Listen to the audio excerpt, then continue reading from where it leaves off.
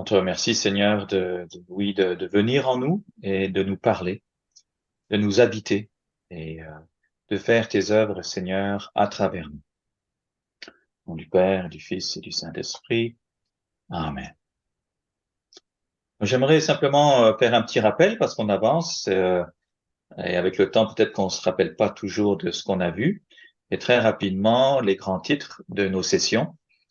La première était sur la synodalité et la mission de l'Église. Ensuite, on a vu des exemples de paroisses missionnaires, on a parlé de la mission de l'Église, la mission des paroisses. On a regardé les facteurs de croissance des paroisses, ainsi que de visionner à quoi ressemble un processus paroissial d'évangélisation. Ensuite, on a parlé de la planification. La 7e session était sur les principes pour gérer la transformation missionnaire. Et finalement, la dernière session était sur, au niveau pratique, répondre à cette question de comment rejoindre les gens qui ne viennent pas à la communauté chrétienne.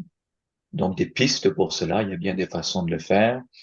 Et comment engager davantage de personnes de la communauté chrétienne. Alors, ce que j'aimerais aussi, avant qu'on commence, c'est de faire un petit rappel. En fait, on est en train de commencer, mais de faire un rappel sur ce qui avait été proposé aux équipes. Hein. On est une équipe, on avance ensemble. La première étape, c'était de commencer à faire prier la communauté chrétienne ou les communautés chrétiennes pour cette transformation missionnaire. On travaille avec l'Esprit Saint, avec le Seigneur, et aussi de, si possible, trouver une personne dans la communauté qui puisse être un répondant pour la prière.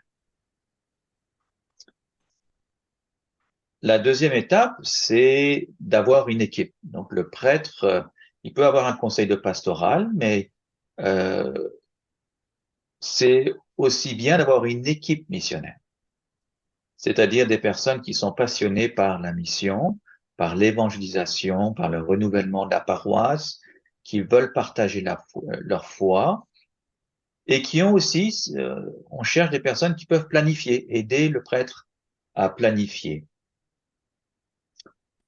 Ensuite, l'étape suivante, c'est de former cette équipe missionnaire, former les autres conseils de la paroisse, ça peut être le CPP, les mariés ou d'autres, former sur ce qui a été vu, c'est-à-dire c'est quoi une paroisse missionnaire, c'est quoi la vision de la paroisse pour qu'elle puisse produire des disciples, alors tout ce qui a précédé au fond.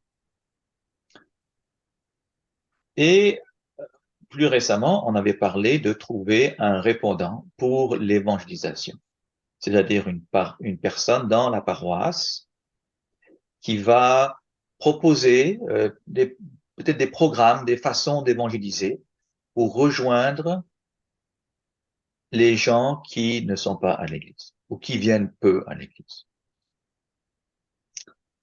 Donc, voilà ce qu'on a vu ensemble. Et ce que je vous propose, parce que c'est vraiment ce qu'on souhaite faire, c'est un suivi. Alors, on va parler d'un autre sujet ce soir, mais avant, j'aimerais vous donner la parole et que vous puissiez échanger sur le chemin que vous-même avez pu parcourir avec votre paroisse. Alors, parfois on peut aller doucement, parfois on peut aller un peu plus vite. C'est pas une course. Chacun fait ce qu'il peut avec le temps et l'énergie qu'il a. Donc, c'est simplement de partager ce qu'on a pu faire et puis peut-être des questions jusqu'à présent. Alors, à vous la parole. Sentez-vous bien libre de prendre la parole quand vous êtes prêt. Oui, dans ce qu'on a vu précédemment, il y a beaucoup d'éléments qui peuvent permettre d'élaborer une vision. Je pense que si vous revenez ensemble avec certaines des diapositives qu'on a vues sur à la fois la mission de l'Église et la vision, parce que, euh, comme vous dites, c'est un changement de culture où on devient une Église évangélisatrice qui va à la recherche, entre guillemets, de la brebis perdue, comme Jésus nous invite à le faire. Et la vision, au fond, vient réaliser. Comment est-ce qu'on va réaliser cette mission? C'est ça la vision. Comment on va, à quoi va ressembler la paroisse et les activités de la paroisse pour que cette mission se réalise. Alors c'est ça la vision. Et quand on a une vision, de fait, on peut se dire, OK, voilà ce qu'on a besoin de faire. On peut réfléchir à ce qu'on a besoin de faire pour réaliser cette vision. Et donc, c'est un point très important. Et quand j'ai présenté au début la formation de l'équipe missionnaire, c'est justement pour clarifier les choses, que tout le monde soit sur le même diapason et la Ouais. vision permet de faire ça. Mm. Je pense que la prière, c'est vraiment ce qui va permettre de faire déboucher des choses. C'est un petit peu comme le soleil. Ça prend le soleil pour faire pousser les petites plantes, là, il faut qu'il y ait du soleil pour que ça grandisse. Alors, euh, il faut commencer par la prière, vous faites bien, puis à un moment donné, avec la grâce de Dieu, les choses vont commencer à bouger.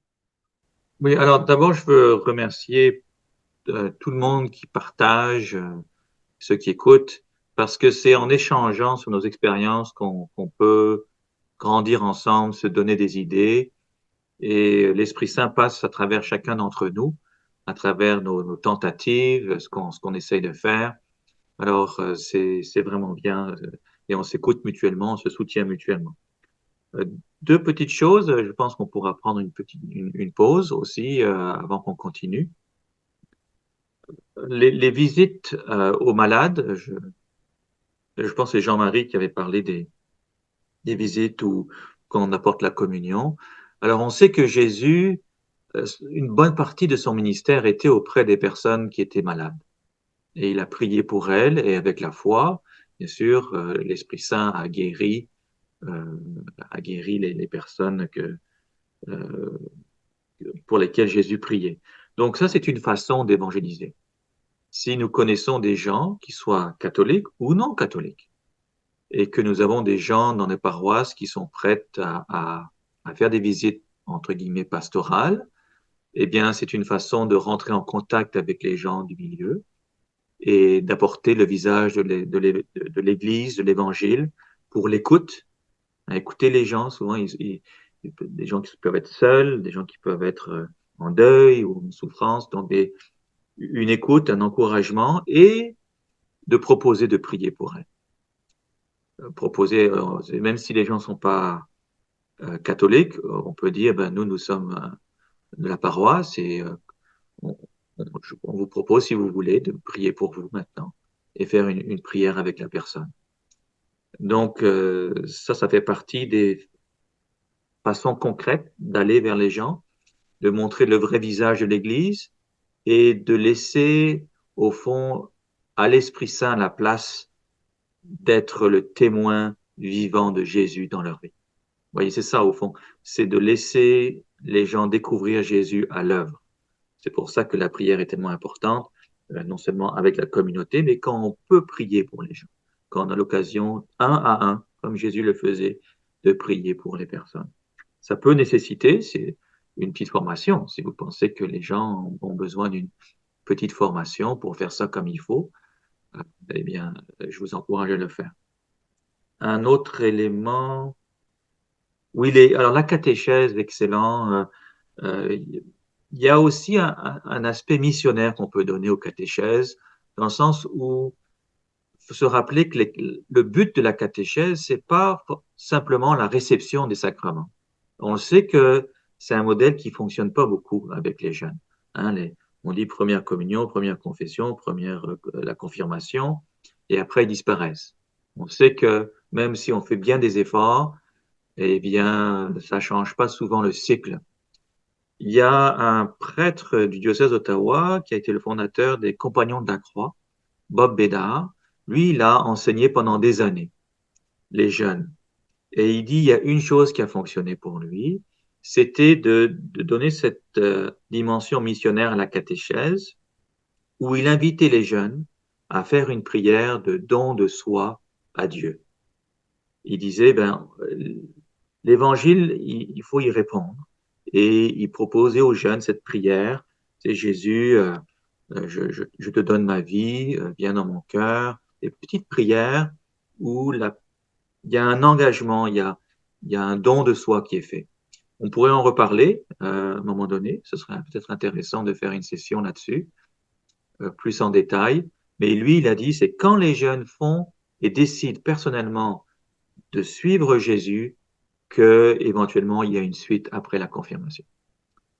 Très bien, merci Raymond. Alors, on va maintenant regarder un autre aspect de la transformation missionnaire qui est important et dont on parle pas toujours.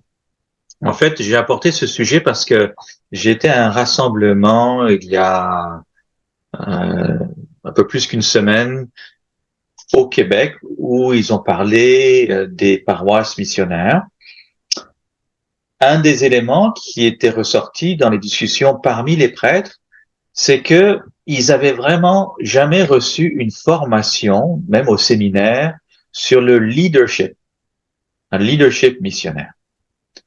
Parce qu'on leur propose de faire des transformations, mais ils savent pas toujours comment prendre ce taureau par les cornes, si on veut. C'est un petit peu exagéré là, mais comment est-ce qu'on va gérer ce changement, avoir un leadership missionnaire? Alors, je vous propose ce soir de regarder ça. On a 20 minutes. Euh, et essayer simplement de voir s'il y a des choses qui vous rejoignent, particulièrement si vous avez des responsabilités, bien sûr les prêtres et les autres laïcs dans la paroisse qui peuvent vous aider. Parce que de fait, quand on regarde les paroisses ou les églises missionnaires, on se rend compte que ça a pris un certain leadership pour faire bouger les choses, faire avancer les choses. Alors sans plus tarder, je vais partager mon écran à nouveau. Alors, c'est ici.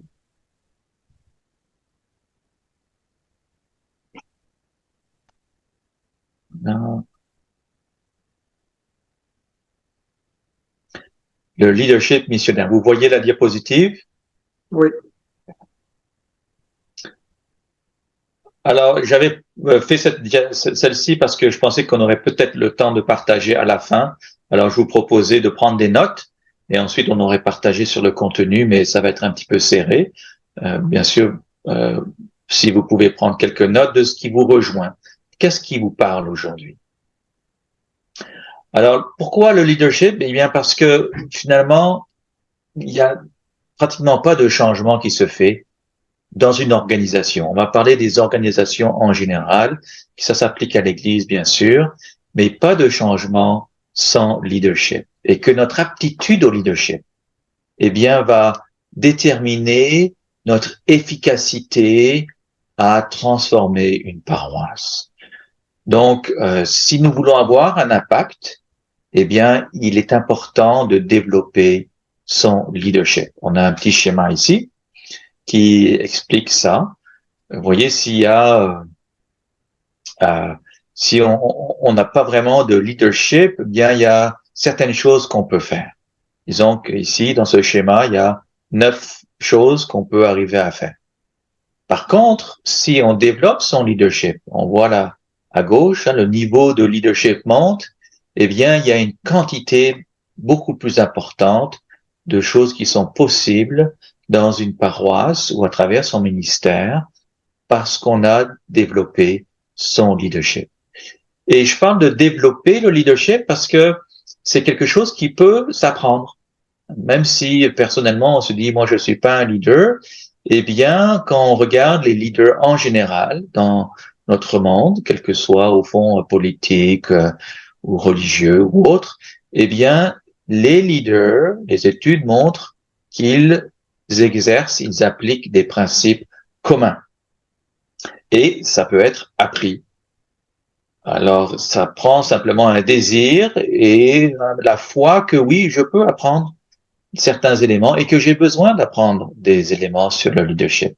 Alors, on va regarder ce soir quelques-uns de ces principes. Et le premier principe, eh bien, c'est un esprit d'état, un état d'esprit, pardon, positif. On sait tous dans les réunions, par exemple, que si on a une personne qui a toujours un esprit négatif, eh bien, ça bloque.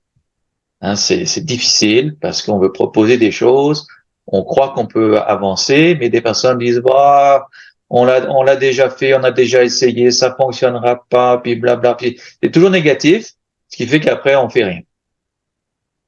Donc, surtout le leader a besoin d'avoir cet esprit positif et le communiquer aux personnes de son équipe. Hein, c'est notre état d'esprit, c'est comme ça le dit ici, notre meilleur ami ou notre pire ennemi. Les gens qui font bouger les choses ont un esprit d'état positif. Imaginez un leader politique qui aurait pas d'état, qui aurait un esprit négatif. Pensez qu'il aurait des votes?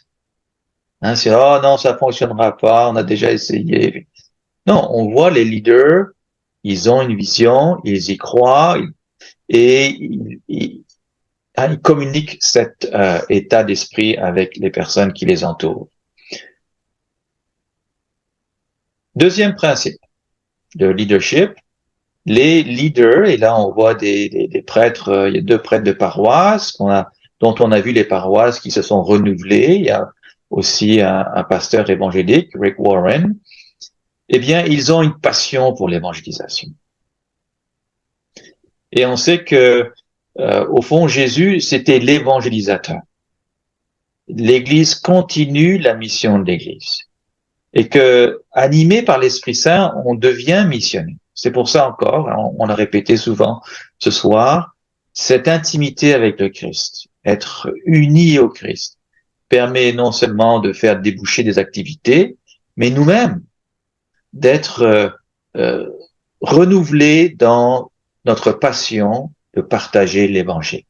Quand on y goûte, on veut le faire goûter. Un petit peu comme une personne, vous savez, quand les parents qui ont eu des enfants, on a un enfant, il y a un bébé qui est né, et puis là, on veut que le monde le sache. C'est une bonne nouvelle, on veut le partager.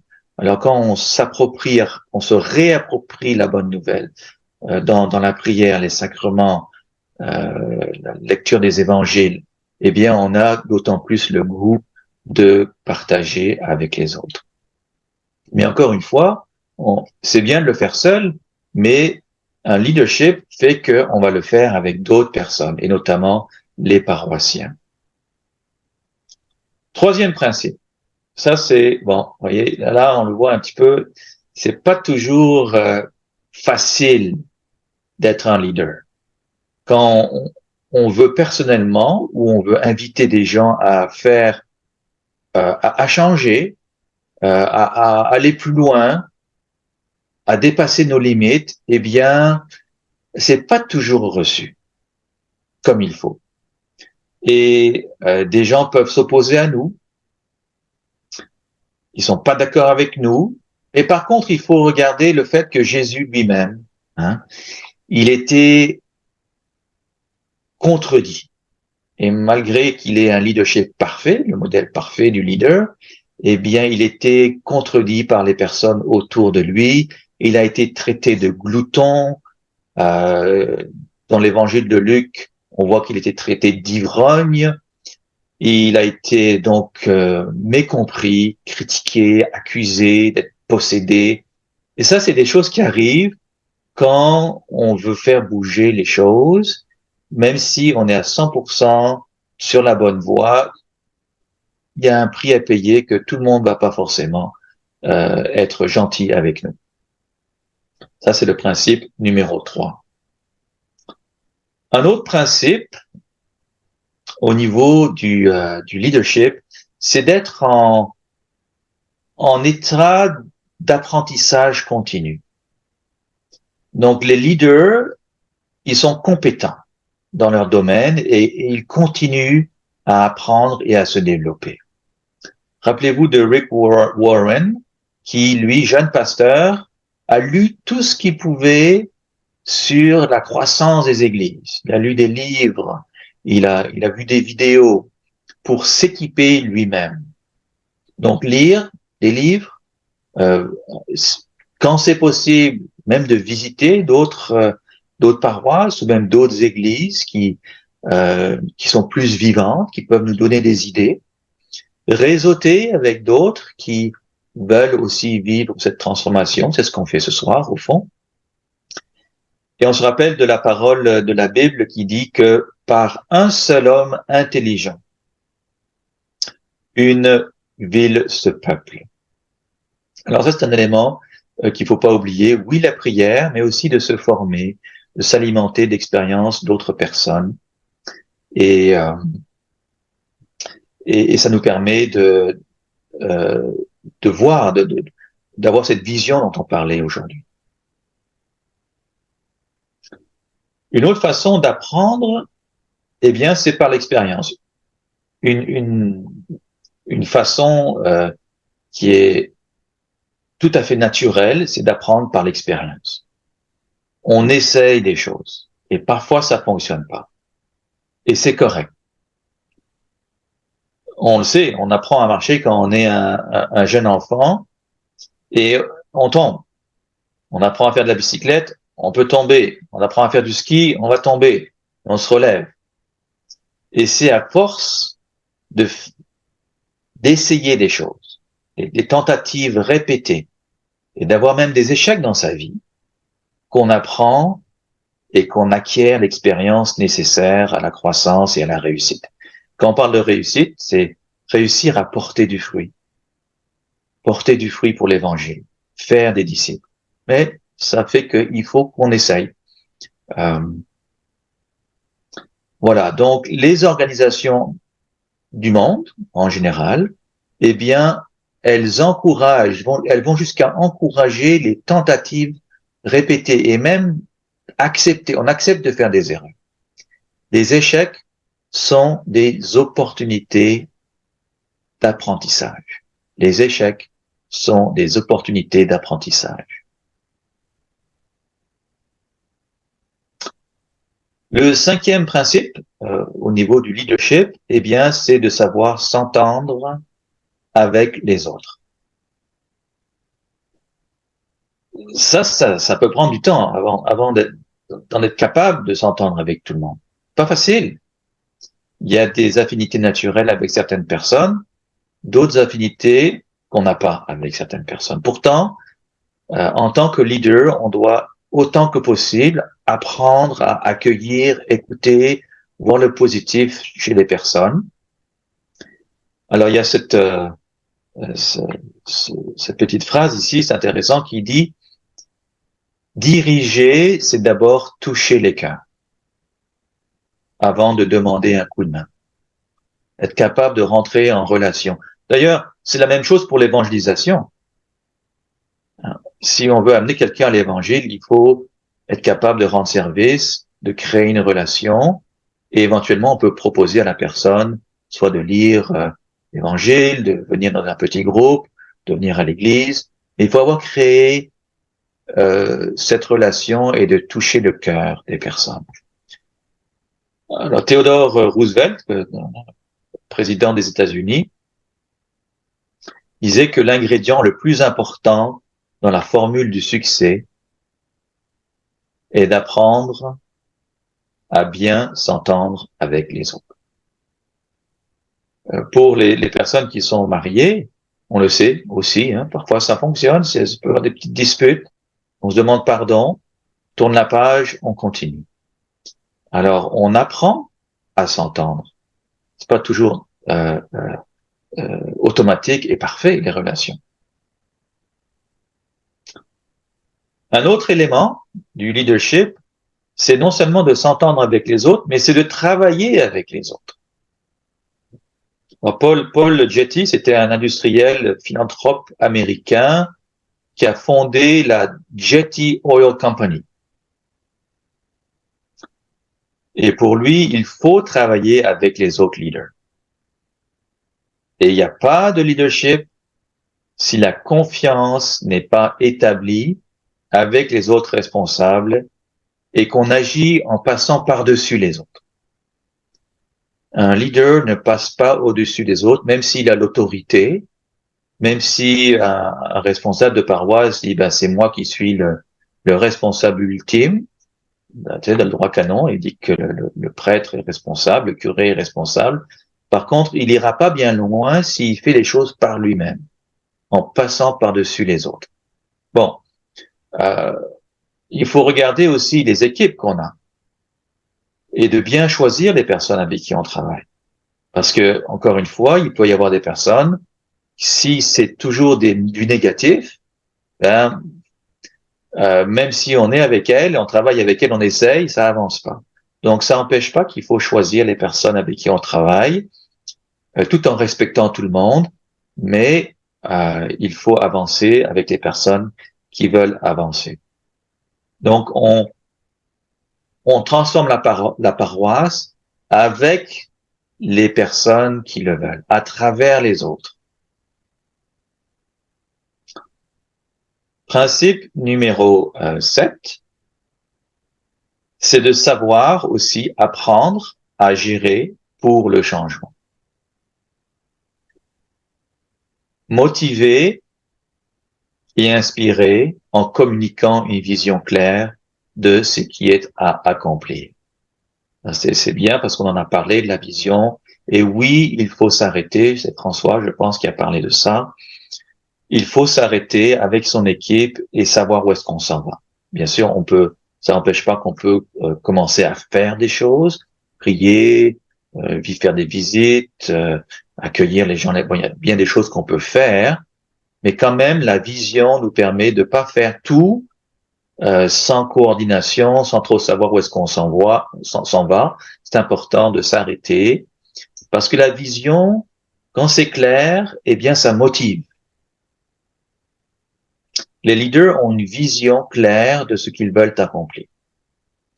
Ils savent où ils veulent aller et sont capables de communiquer cette vision. Donc, la communication de cette vision permet de motiver des personnes qui sont autrement pas motivées. Si les gens voient qu'il y a un projet pour la paroisse, il y a un avenir pour la paroisse, ils auront d'autant plus le désir de participer.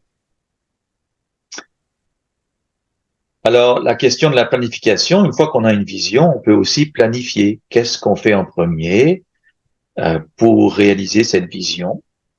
Quelles sont les activités à mettre en place? Donc, on s'organise en fonction de la vision.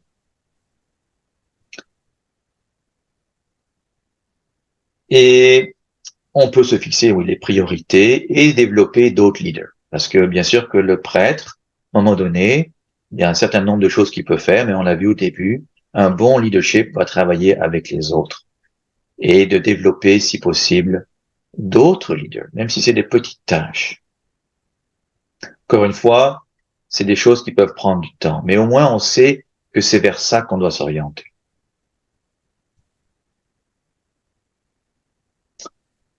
Principe numéro 8. On y revient, c'est la question de la prière.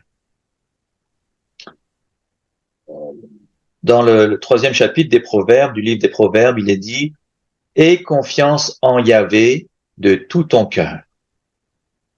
Ne compte pas sur ta propre intelligence, reconnais-le dans tes voies, et lui aplanira tes sentiers. » Au psaume 37, « Remets ton sort à Yahvé, aie confiance en lui, il agira. » Vous voyez, parfois on se dit, nos conditions sont difficiles dans les paroisses, les personnes sont âgées, il y aura toujours des éléments négatifs. Mais il y a une confiance à mettre dans le Seigneur. On n'est pas seul. Rappelez-vous, les apôtres étaient 12. Et maintenant, nous sommes des milliards de personnes qui croient en Jésus. Ça commence doucement, et le Seigneur est avec nous, et ça prend continuellement de travailler avec lui. Dans Jérémie, chapitre 29, le Seigneur nous dit, « Moi, je connais les projets que j'ai formés à votre sujet, projets de paix et non de malheur, afin de vous donner un avenir et une espérance. »